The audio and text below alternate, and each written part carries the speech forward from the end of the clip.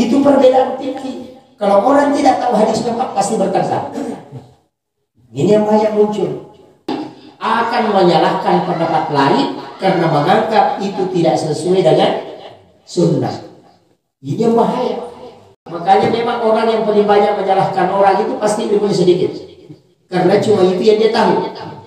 Nah begitu. Jadi kalau ada orang pak sedikit pengetahuannya pasti banyak menyalahkan orang. Karena kalau sudah tidak sama yang dia tahu, dia sudah salahkan.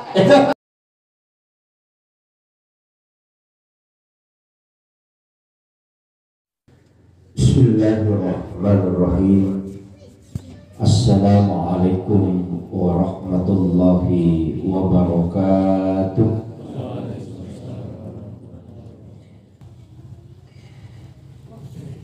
Hadirin muhtaramin wal muhtaramat, ikhwan fillah, sidang jemaah subuh yang insyaallah dirahmati dan dimuliakan oleh Allah Subhanahu wa taala. Alhamdulillah wa syukurillah wa la hawla wa la quwata illa billahi wa huwal aliyyil azim. Hasbunallah wa ni'mal wakil, ni'mal maula wa ni'man nasir. Raditu billahi rabba wa bil islam dina wa bi Muhammadin sallallahu alaihi wasallam nabiyya wa ittiba wa rasulah. Allahumma ghafiratuka auzi'a min sunubi wa rahmatuka arja'i min amali. Bapak Ibu sekalian, pada subuh kali ini kita melanjutkan kajian kita dalam kajian Islam. Kita sering menemukan perbedaan pendapat, padahal dasar kita cuma dua, yang dasar pokok. Walaupun nanti ada kajian sampai 9 sampai 8, dasar kita kan cuma Al-Quran dan hadis. Tapi kadang-kadang kita menemukan perbedaan pendapat di kalangan ulama. Nah, masalah ini sebenarnya itu dibagi. Saya akan rinci ini supaya kita nanti tidak bingung. Nah, kenapa ada pendapat begini, ada pendapat begini. Yang pertama, dalam masalah agama, kadang dalam satu permasalahan itu ada 1, 2 bahkan sampai beberapa hadis yang membahas. Jadi dalam satu masalah kadangkala ada beberapa hadis yang bahas itu. Sehingga ketika kita menemukan pendapat yang berbeda dengan semua berdasarkan dalil, ada ulama mengambil jalan tengah, meneliti betul hadis itu. Oh, ini hadis ternyata hadis kuat, ini hadis lemah. Nah, kuat dan lemahnya satu hadis itu bukan dari Nabi. Sekali lagi, kuat dan lemahnya satu hadis itu bukan dari Rasulullah. Yang menentukan kuat atau lemahnya hadis itu ulama. Ketika ulama yang tentukan, berarti tidak mungkin satu pendapat. Makanya kadang-kala ulama satu mengatakan hadis ini lemah, datang ulama lain mengatakan hadis ini kuat. Kenapa?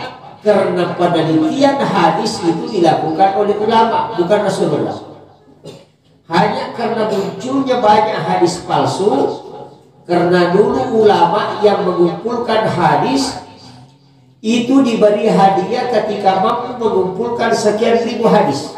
Sehingga muncullah orang yang hanya mengejar hadiah, bukan mengejar hadis. Nah, itu dari situ awalnya. Sehingga muncullah hadis-hadis palsu, supaya dianggap orang ini banyak mengumpulkan hadis. Begitu. Jadi sama sebenarnya sampai hari ini banyak orang seperti itu, mengumpulkan nama banyak orang miskin, padahal sebenarnya tidak ada. Kenapa begitu? Mengumpulkan banyak nama anak yatim, padahal sebenarnya tidak ada. Karena hanya ingin mengejar bantuan.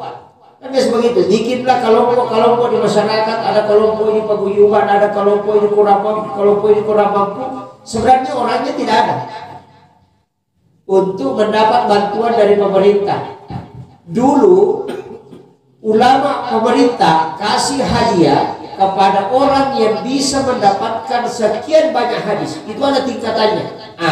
dari situ muncul orang-orang, bukan ulama, tapi orang-orang yang memanfaatkan untuk mengambil hadiah itu. Dia menemukanlah banyak hadis-hadis, membuat banyak hadis palsu, membuat hadis ini. Kemudian dia campur. Nah, nanti setelah itu 38 tahun setelah dikeluarkannya hadiah seperti itu, muncul lagi kodifikasi hadis. Diteliti kembali hadis itu. Mana yang palsu, mana yang tidak palsu, mana hadis yang maudhu, mana ini. Maka dari situlah muncul, ada dikatakan kitab Sahih Bukhari Muslim, kitab Sahih Sunan Abu Daud, dari situ muncul. Kenapa ada istilah kitab hadis sahih? Ternyata dari situ karena dulu ada muncul periwayat palsu. Nah, dari situ sumbernya. Nah, ini masalah kedudukan hadis dulu. Yang kedua, di dalam Islam memang ulama kita terbagi. Ada ulama yang terjun di bidang tafsir, menjelaskan ayat-ayat Quran dengan berbagai macam ilmu alat. Ada yang terjun di bidang fikih, ada yang terjun di bidang tasawuf, ada yang masuk di bidang hikmah, ada yang masuk di bidang hadis. Ulama nanti ini pasti berbeda, ya. Makanya kalau ada orang mengatakan tidak mungkin ada perbedaan kalau kebenaran, itu orang pendek akalnya dan tidak banyak belajar. Kalau orang banyak belajar, dia pasti temukan. Nanti saya akan kasih tahu contohnya. Kemudian ulama kita ketika menemukan hadis yang berbeda, ada beberapa metode dia pakai. Itu ada 3. Ada metode namanya menggabungkan semua hadis dan dipakai semua, disebutlah metode al-jam'u. Ada juga ulama mencari mana yang paling kuat. Oh, ini yang paling kuat. Nah, inilah yang berlaku di Indonesia. Metode al-jam'u biasa digunakan Nahdlatul Ulama. Ini organisasi, Pak. NU itu organisasi. Jadi dia bukan partai. Muhammadiyah juga organisasi. Cuma orangnya Muhammadiyah bikin partai, lahirlah namanya PAN. Partai Amanat Nasional. Nah, orangnya orang NU bikin partai, ada situ lahir, ada PKB, ada P3. Walaupun dia bukan NU, cuma orang NU bikin partai, tapi dia bukan, istilahnya bukan partai NU itu. Cuma orang NU yang bikin partai, itu beda. Ya, sama dengan Muhammadiyah. Orang Muhammadiyah bikin partai, itulah Partai Amanat Nasional. Kalau orang NU bikin partai, itu P3 dan PKB. Walaupun P3 nanti ini sudah campur-campur di dalam. Iya, kan begitu. Jadi ini ormas Islam Muhammadiyah dengan NU, di mana bedanya? Sedikit saja. Gurunya sama-sama dari Mekah. Hadratus Syekh Hashim Asy'ari belajar di Mekah. Kiamat Dahlan belajar di Mekah. Sama-sama pulang dari Mekah ke Indonesia, karena memang masing-masing orang Indonesia. Pulanglah ke Indonesia mendirikan organisasi Islam untuk mengikat orang Islam masuk dalam satu organisasi untuk melancarkan dakwah ke pelosok-pelosok bumi Nusantara. Ternyata NU itu dakwanya kultur. Jadi dia tidak menghilangkan tradisi. Dia tetap menjaga tradisi. Muhammadiyah slogannya 3, TBC. TBC itu tahayyul, bid'ah, dan khurafat. Karena di Indonesia ini ada masalah. Bukan Islam yang pertama masuk. Itu agama animisme dengan Hindu. Jadi agama Hindu itu masuk ke Indonesia. Masuk ke Indonesia lebih dulu dibanding dengan Islam. Sehingga masyarakat Indonesia itu kental dengan pemahaman animisme, kental dengan pemahaman Hindu. Tapi Hindu itu sedikit menserempet Indonesia. Cuma dia langsung ke Thailand. Dari India langsung ke Thailand. Dia serempet Indonesia. Makanya dia lewat Bali. Makanya yang paling banyak itu Hindu di Bali. Kemudian Hindu itu di Thailand. Nah, kalau Islam yang masuk ke Aceh itu dari saudagar Arab, makanya disebut dengan Sarambi Mekah.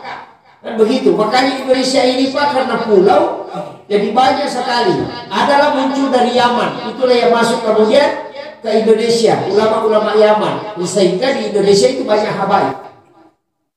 Dari sini jadi ulama kita Hadratus Syekh Hasyim Asy'ari itu dalam dakwahnya menggunakan tradisi dan itu simbolnya banyak.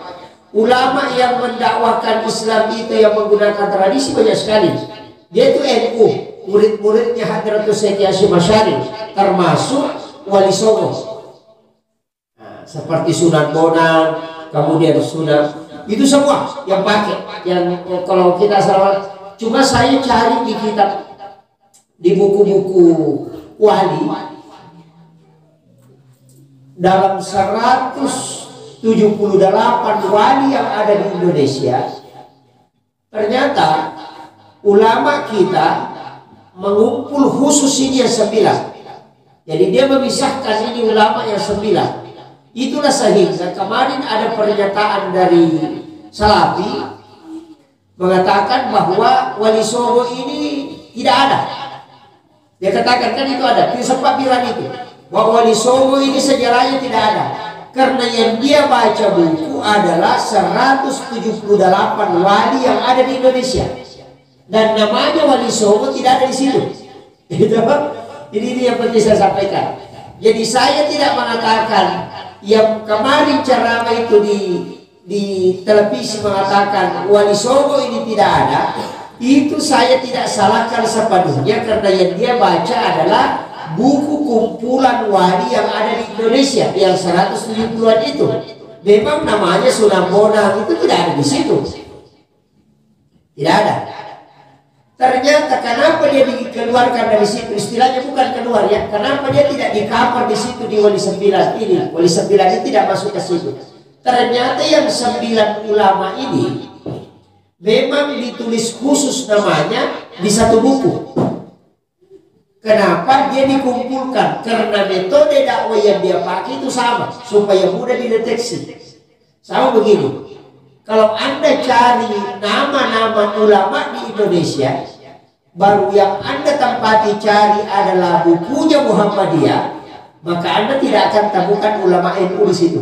Kalau begitu. Ini yang penting kita adukan. Makanya membaca dan berbagai macam referensi itu penting. Nah, kalau Muhammadiyah tadi, pokoknya tidak ada istilahnya. Kalau tradisi berarti itu tidak boleh. Karena lebih banyak mudaratnya daripada kebaikannya. Masalah fikih. Kalau NU fikihnya 4 mazhab. Selama yang 4 ini ada pendapatnya Syafi'i, Maliki, Hanafi, Ahmadi bin Hambali, NU sudah ACC. Begitu. Makanya sholatnya orang NU itu banyak macamnya. Kadang Allahu Akbar, Allahu Akbar. Ada juga yang lurus. Karena kenapa? Kalau Imam Malik keluarkan pendapat, dia ACC. Karena Imam Malik punya dalil. Kalau Imam Tasyafi keluarkan pendapat, silakan pakai. Mana yang Anda mau pakai? Nah, itulah sehingga orang NU itu sholatnya banyak macamnya. Itu. Jadi jangan bilang, kenapa ini NU tidak ada tata cara sholatnya khusus? Tidak. Cuma orang NU itu lebih memilih mengutamakan fikihnya Imam Asy-Syafi'i. Kenapa? Karena Imam Asy-Syafi'i itu hati-hati sekali dalam persoalan ibadah. Tapi tidak mutlak sekarang Syafi'i dipakai di NU. Kenapa? Susah. Syafi'i itu kalau belanja harus pakai ijab kabul. Kalau orang mutlak Syafi'i jangan belanja di supermarket. Karena supermarket tidak pakai ijab kabul. Kalau Syafi'i itu harus tanya, ini ikan siapa yang punya? Saya. Tanya itu berapa harganya? 100.000 tiga. Nah, dia coba tangan. Saya beli ikanmu 100.000 tiga halal karena Allah. Nah, sudah bilang saya jual ikanmu kepadamu dengan harga 100.000 tiga halal karena Allah. Baru diterima.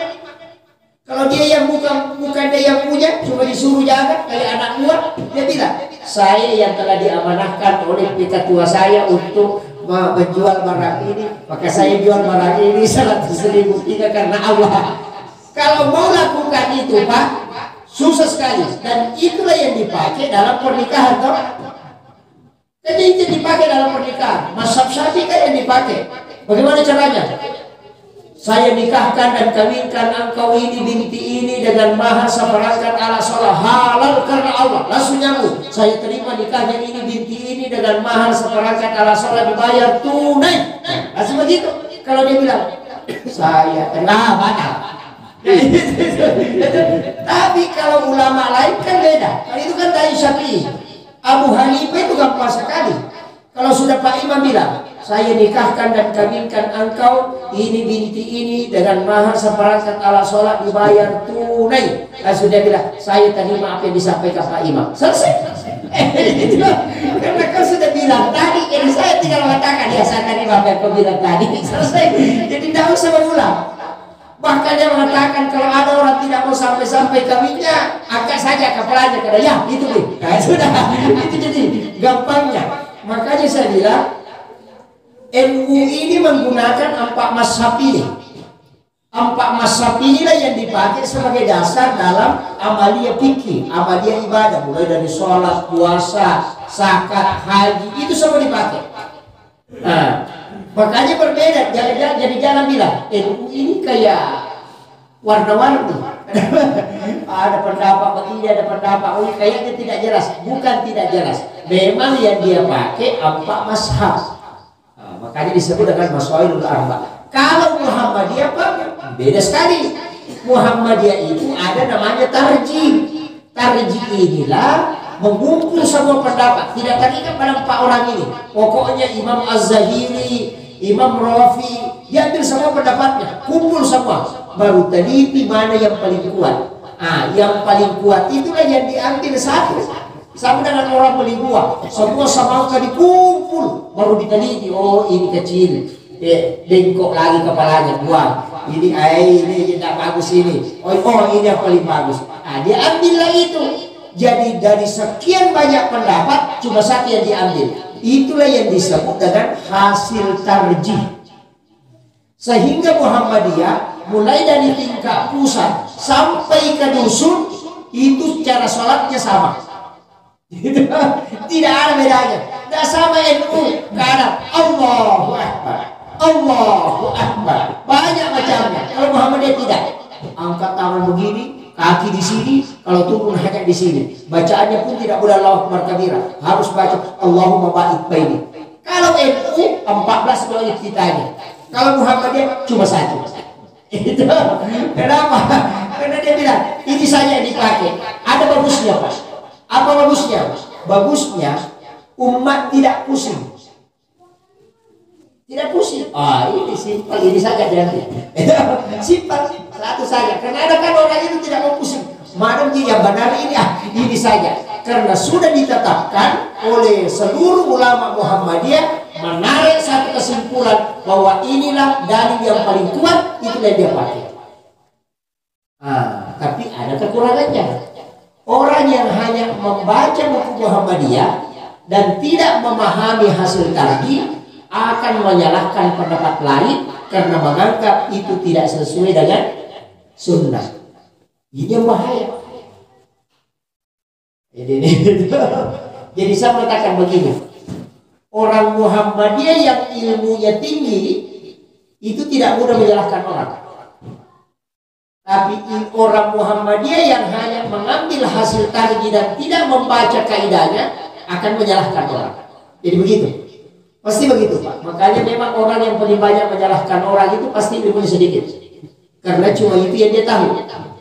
Nah begitu.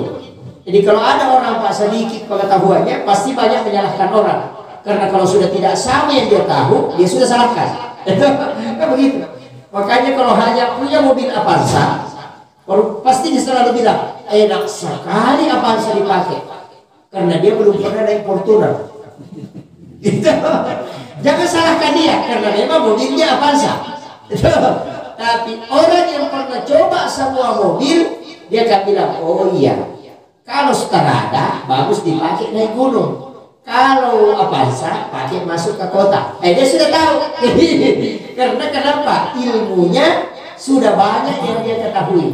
Dari situlah sehingga ada orang kadang katakan, kenapa ini ulama ustaz juga, tapi menyalahkan orang.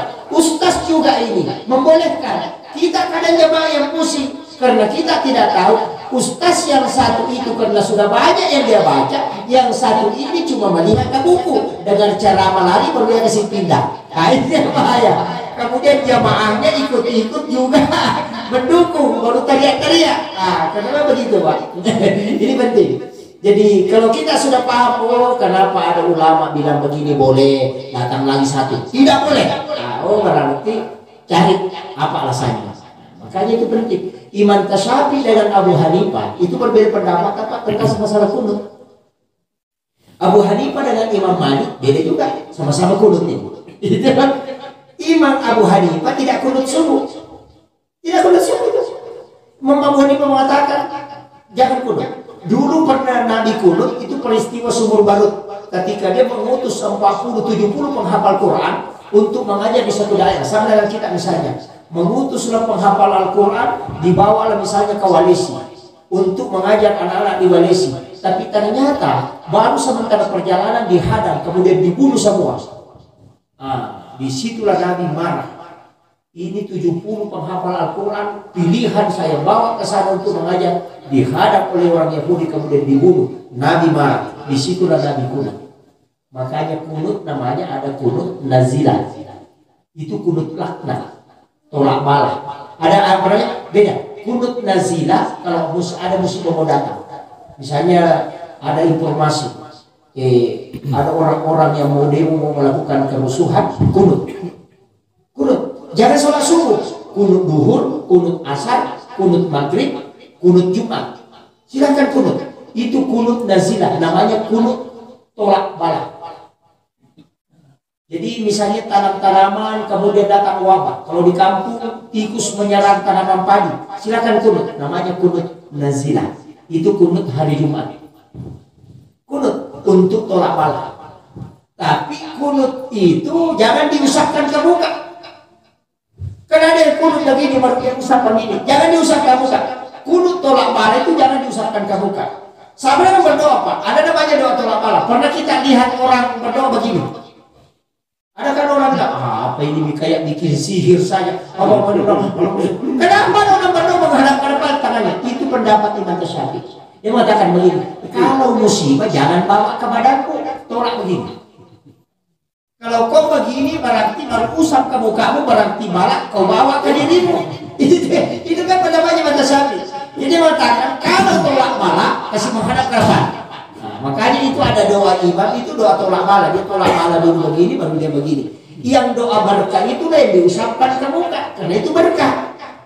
Namanya mandi ayat, no? Mandi berkah. Nabi kan ajarkan sebelum tidur baca ayat kursi, baru tiupkan ke tangan, baru usapkan ke tubuh. Itu namanya mandi ayat. Itu kan ada. Ketika doa berkah, usapkan ke tubuh. Ketika doa bala, jangan bawa ke tubuhmu karena kau membuat musibah ke dirimu. Kasih menghadap ke depan supaya dia tidak datang. Begitu. Itu pendapat Imam Syafi'i. Jadi jangan ada kan orang ini orang berdoa kenapa menghadap ke depan? Orang salah lagi. Bukan orang yang salah, kok yang pendek pada tahu aku. Ini ilmunya ini. Makanya saya kembali tadi. Muhammadiyah tidak bertasawuf. Muhammadiyah tidak bertasawuf. NU bertasawuf. Tapi tasawufnya NU terbatas. Imam Al-Ghazali. Nah itu tasawufnya. Jadi Imam Al-Ghazali, Junaid Al-Baghdadi itu yang dipakai. Jadi ada tasawuf tidak dipakai. Makanya ada namanya tasawuf muktabarah. Ada tasawuf yang tidak muktabarah. Yang dimaksud dengan muktabarah yang tembus silsilahnya kepada sahabat-sahabat Nabi. Syekh Abdul Qadir Jailani kemudian lahir nanti Qadiriyah. Kan begitu. Makanya kalau mengatakan tarekat Qadiriyah, berarti itu gurunya Syekh Abdul Qadir Al-Jilani. Makanya lahir dari Qadiriyah. Artinya murid-muridnya Abdul Qadir. Ada juga tasawuf Pak yang sempalan. Tasawuf sempalan itu ya datang saja belajar di bawah gunung, di goa, kemudian bersikir, kemudian dapatlah, kemudian hikmah dari itu keluar mengajarkan tasawuf. Itu bukan tasawuf muktabar karena dia tidak punya silsilah. Nah, itu yang banyak di Indonesia. Di kita kadang terkecoh, ini sudah tasawuf yang mengatakan sholat itu bisa ditebus. Bayar 50 juta sudah dapat karcis masuk surga. Ya itu, kan begitu. Itu sempalan semua itu. Ini disinilah banyak orang terkecoh. Muncullah diajarkan ini yang kau baca nanti. Kalau kau bayar ke sini, saya akan ajarkan satu sikil langsung kaya. Walaupun dia pakai tuyul. Ada yang pakai itu. Itu bukan tasawuf. Justru itu sebenarnya yang merusak Islam. Tapi orang atas namakan tasawuf karena ada sikirnya. Karena identik orang tasawuf itu bersikir. Makanya dia mengatakan, oh ada sikirnya, wah ini sudah tasawuf ini. Apalagi kalau sudah pakai sumban, sudah tutup kepalanya begini baru pakai jubah, jangan lagi tasbihnya besar. Subhanallah, subhanallah. Wah ini udah masuk ini. Padahal dia bertopeng. Banyak, hati-hati. Ada khalwatiyah terbagi. Ada Samam, ada Yusufiyah. Si Yusuf Al-Makassari itulah Yusufiyah. Itu tembus semua silsilahnya. Makanya tarekat yang muktabarah yang ada di Indonesia sudah diteliti. Itu tahun 2007 diteliti. Itu 124 tarekat dari kurang lebih 1000 tarekat yang ada. Bayangkan 1000 lebih cuma 124 yang nyambung silsilahnya ke sahabat-sahabat. Hanya hati-hati bertarekat. Banyak kan sekarang. Kemudian ada ilmu muncul belakangan yang menjadi viral karena masuk TV. Apa? Ilmu hikmah muncul. Orang terkecoh dia kira tasawuf, padahal bukan. Itu hikmah. Mana yang dimaksud hikmah? Ustaz Dani. Itu bukan tasawuf. Itu ilmu hikmah. Kemudian Guntur Bumi. Pernah dengar itu? Ustaz Guntur Bumi yang kemudian menikah dengan artis. Iya. Itu ilmu hikmah. Gurunya Ustaz Guntur Bumi, saya pernah belajar sama-sama beliau. Pernah diajar. Cuma saya tidak ketemu dengan Ustaz Guntur Bumi karena saya masuk itu tahun 2005. 2005 saya masuk, kemudian akhir 2005 saya keluar karena diminta sama guru tak pada waktu itu dari Makassar, maka akan keluar dari situ lah. Karena ada tempat belajar itu kita berzikir puasa putih, kemudian tidak boleh makan makanan yang berdarah, cuma hanya makan telur, makan tempe, kemudian puasanya itu puasa putih, tetap makan tapi pakai nasi putih dengan air putih, makanya namanya puasa putih. Itu dilakukan sehingga bisa berjalan di atas air, tidak tenggelam. Saya 5 orang belajar Pak dari Makassar, 2 yang lolos, 3 yang tidak, termasuk saya tidak lolos. 2 kali saya coba itu selalu tenggelam. Saya tidak tahu kenapa tidak bisa jadi-jadi. Itu saya tinggalkan. Tasawuf juga nanti alirannya terbagi. Ada akhlaki, ada falsafi, ada lafsiyah, kan beda. Kalau tasawuf lafsiyah itulah nanti la haula wala itu lafsiyah itu. Bismillahirrahmanirrahim. Dia tidak baca saja Bismillahirrahmanirrahim. Bismi ba ada titiknya di bawah. Itu isyarat bahwa segala sesuatu yang ada di muka bumi berawal dari satu titik. Kemudian sa itu 3 giginya ke atas, artinya semua orang akan melewati 3 masa. Mim itu kemudian itu simbol ikatan, dia harus mengikat dirinya kepada Allah dan turun ke bumi, berarti semua manusia akan mati. Bismi saja itu dia sudah ikuti. Kalau ini yang dipelajari, Pak, insya Allah rambut rontok. Karena saya pernah pelajari hampir 3 bulan, rambut saya rontok. Sampai sekarang masih kurang di sini. Itu rontok. Iya. Saya stres karena mempelajari itu. Baru saya sampai di pelanin ayat 28. Surah Al-Baqarah ayat 28. Baru sampai di situ. Rambut saya itu jatuh satu-satu sampai di sini, masih banyak yang belum tumbuh di sini. Saya pelajari. Karena saya memang melewati dosisnya. Ilmu itu dipelajari hanya 2 kali dalam 1 minggu. Saya masuk 4 kali. Itu dimandi 3 kali baru sadar. Saya dulu itu kayak orang gila. Pokoknya apa yang di hati tidak saya kasih keluar. Pokoknya dia orang tidak disembunyikan. Makanya kalau ada orang itu bilang dapat pusat rampak. Kalau orang Bugis, saya tidak tahu kalau bahasa Indonesianya apa. Yang jelas orang Bugis bilang dapat pusat rampak. Istilahnya gila karena belajar agama. Itu ada begitu Pak. Karena stres. Jalan itu ngomong terus ceramah di jalan itu. Assalamualaikum warahmatullahi wabarakatuh. Begitu pokoknya siapapun dia tahu dia tidak takut. Karena dia cuma takut kepada Allah. Pokoknya tidak ada. Makanya kalau ada orang begitu Pak, dia los-los itu. Karena pernah saya dapat, sementara khutbah di atas khutbah begini, dia itu buka topinya, dia buka songkoknya, dia putar-putar begini. Hatib ini, hatib dia putar-putar begini, baru dia bilang di kampung ini banyak orang munafik, termasuk Pak Imam ini katanya munafik. Dia makan uang zakat baru dia tidak bagi-bagi. Ini Pak Kate juga munafik. Dia sebut namanya, sekalinya turun berkelahi. Karena orang begitu dia tidak. Karena ini ulama Pak, ulama. Ini ulama. Cuma karena dia begitu, dia tidur di kuburan itu selama 50 malam. Dia belajar mati, jadi dia balik itu di samping batu nisan.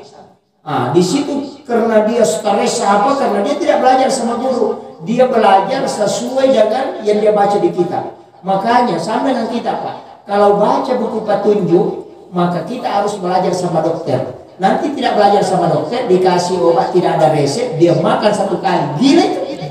Sama dengan tasawuf.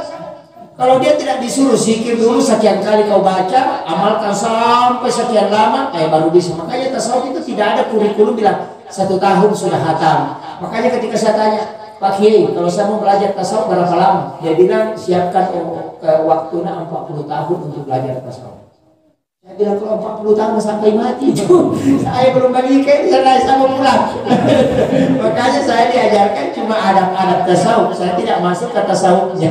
Makanya susah. Karena kalau ada di Facebook itu tanya Pak Ustaz, saya mau menjadi murid, saya bilang tidak bisa karena saya diijazahkan ijazah murid bukan ijazah mursyid. Kalau mursyid ijazah mursyid kan berarti bisa jadi mursyid. Kalau murid tidak bisa. Saya bilang saya ajarkan itu bukan tasawuf murni, itu adab-adab tasawuf, akhlak sufi, bukan tasawuf. Kalau tasawuf itu zikirnya begini, cara zikirnya begini, la ilaha illallah. Itu biasa, la ilaha illallah. Itu karena tarik dari ujung pusat, tarik dari ke ubung-ubung, baru masukkan di sebelah kiri, baru masukkan ke lub. Makanya itu diikuti dengan irama la ilaha illallah. Makanya kalau tarik karena dia sudah tidak lepaskan, dia cuma masukkan di sini, masuk ke sini, masuk ke sini. Kan sama-sama di kita atau la ilaha illallah subhanallah. Kan dia seperti itu. Dia tidak bilang lagi subhanallah, subhanallah, subhanallah. Karena subhanallah. Kalau orang tidak paham apa yang dibaca Pak Imam, itu menyalahkan karena dia tidak tahu bahwa ada sesuatu yang ujungnya saja dia lepaskan. Begitu. Ini yang harus kita paham sehingga tidak mudah menyalahkan orang.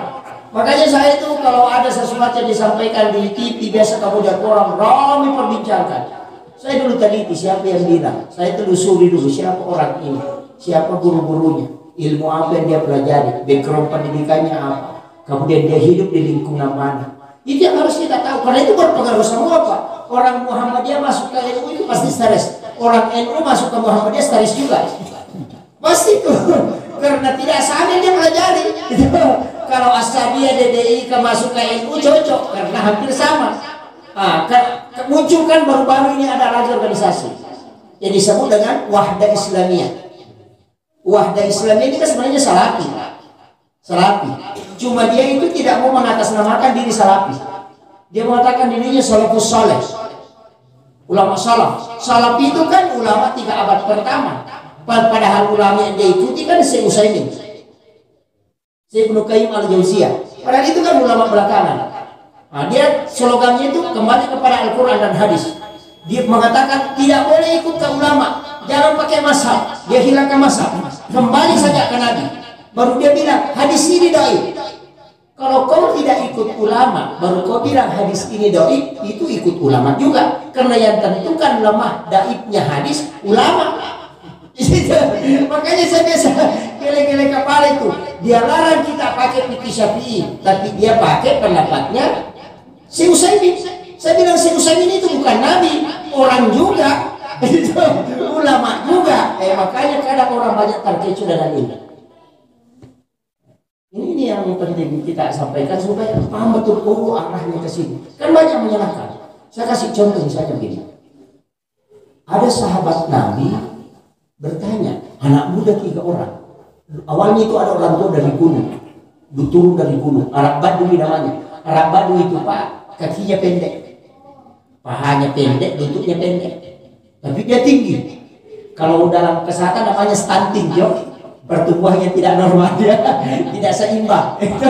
Itu stunting. Sebenarnya kadang juga saya protes itu dokter, protes itu kesehatan. Stunting itu kalau di gunung tidak, memang dia mengikuti pola gunung. Allah itu begitu Pak. Orang gunung itu pasti kakinya pendek. Kenapa? Kalau panjang Pak nggak bisa manjat. Karena sakit pahanya sama lututnya kalau bengkok, makanya pendek lututnya. Itu pendek pahanya. Makanya orang Badui itu kentara, baru dilihat dari jauh begitu, sama dengan kita. Orang tator dengan orang sikrat bisa dibedakan. Baru dilihat, oh pasti orang yang mereka ini kalau bukan duli atau tator. Ini kita sudah bisa tahu. Kenapa? Karena posisi kampungnya yang menyebabkan postur tubuhnya itu beradaptasi dengan lingkungan. Begitu. Orang pantai itu Pak hitam-hitam baru keras suaranya. Makanya kalau lomba ngaji yang paling sering juara 1 itu NTB. Karena gunung dengan laut. Nah gunung dengan laut itu semua orang besar suaranya. Karena hembusan angin kuat baru dia kuat teriak. Karena di gunung itu teriak, oh bakar di sana, oh bakar di sana. Begitu. Makanya kalau ibu ngaji juara 1. Begitu. Orang kota itu kecil suaranya, pendek napasnya. Makanya begitu Pak. Jadi itu sebenarnya alam yang membentuk. Cuma kadang orang tidak teliti itu. Nah, ada Arab Badui, ini sudah masih waktu ini. Arab Badui turun dari gunung, datang ke Nabi bertanya di Serambi masjid, di pelataran masjid. Ya Rasulullah, kalau saya sudah berwudu, kemudian mau sholat, nah saya sentuh kemaluan tanpa pelapis, apakah saya harus berwudu kembali baru sholat atau bagaimana? Nabi mengatakan, tidak usah. Kalau kau sentuh kemaluan tidak apa-apa. Karena kemaluanmu itu sama dengan tadi kamu, tidak ada bedanya, semua menempel di kamu. Tidak ada apa-apa. Pergilah orang Badui ini ke kampungnya, pulang dia. Sekalinya 29 hari kemudian datang 3 anak muda. 3 anak muda datang. Langsung tanya, ya Rasulullah, kalau saya sudah berwudu kemudian mau sholat, tapi saya sudah menyentuh kemaluan tanpa pelapis, apakah saya harus berwudu kembali? Rasulullah mengatakan, berwudu kalian semuanya. Pertanyaannya sama, tapi jawabannya beda. 2 hadis ini masing-masing kuat. Muhammadiyah teliti. Oh, ini hadis orang tua Arab Badui dari gunung, tidak ada yang kenal lama hadis ini. Karena apalagi orang tua. Orang tua itu 2 penyakitnya, tuli-tuli sama lupa ingatan.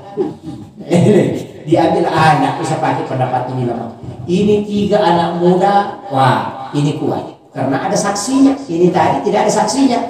Ini 3 orang artinya paling kuat. Nah, dia katakan Muhammadiyah, kalau sudah berwudu kemudian menyentuh kemaluan tanpa pelapis, kemudian mau sholat harus berwudu, mutlak harus berwudu. Itulah hasil keputusannya.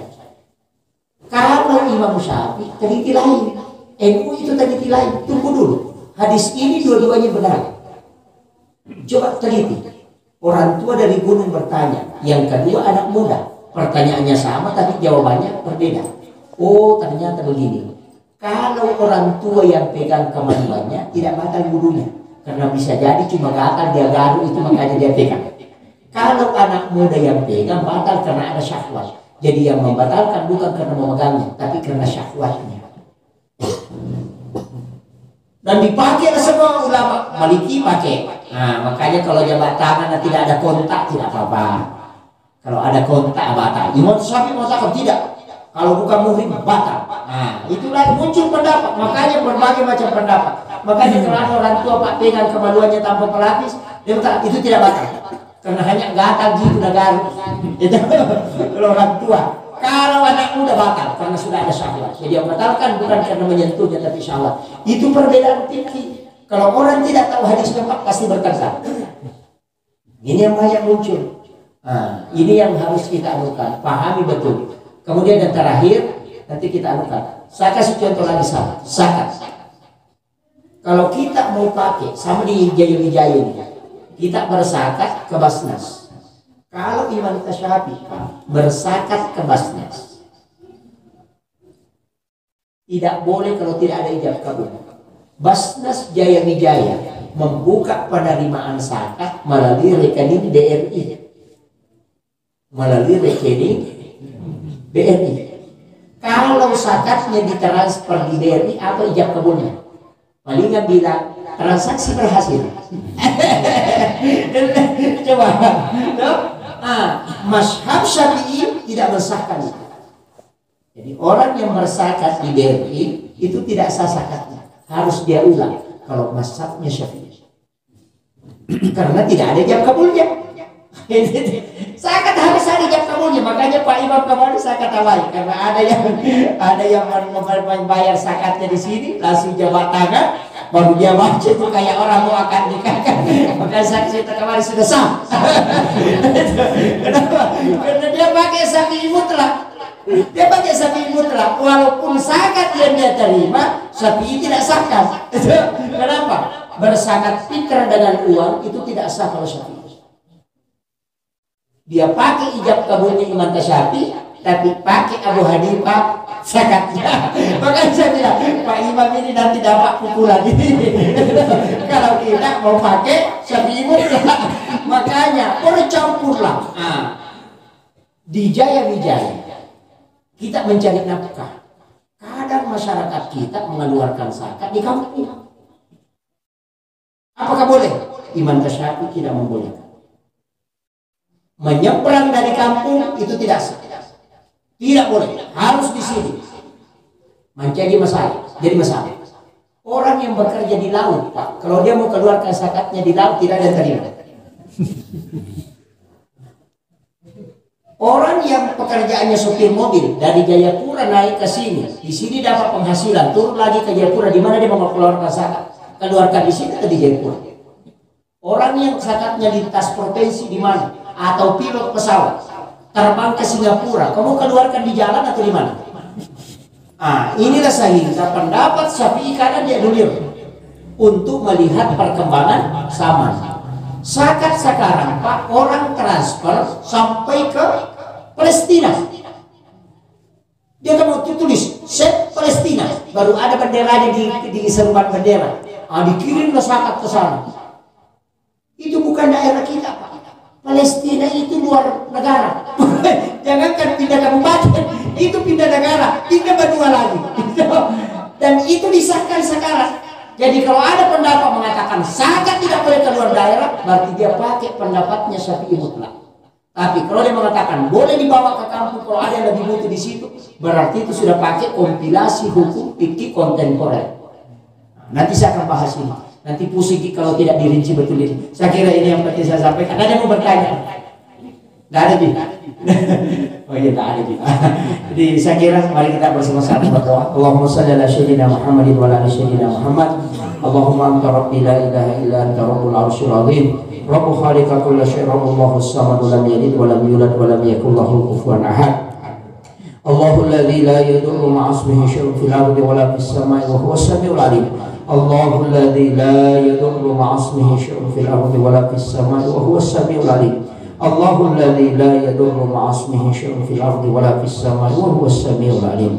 Rabbana atina fid dunya hasanah wa fil akhirati hasanah wa qina adzabannar wa qina adzabannar wa qina adzabannar. Wassallallahu ala sayyidina Muhammadin walhamdulillahi rabbil alamin bi barakatil Fatihah. Bismillahirrahmanirrahim.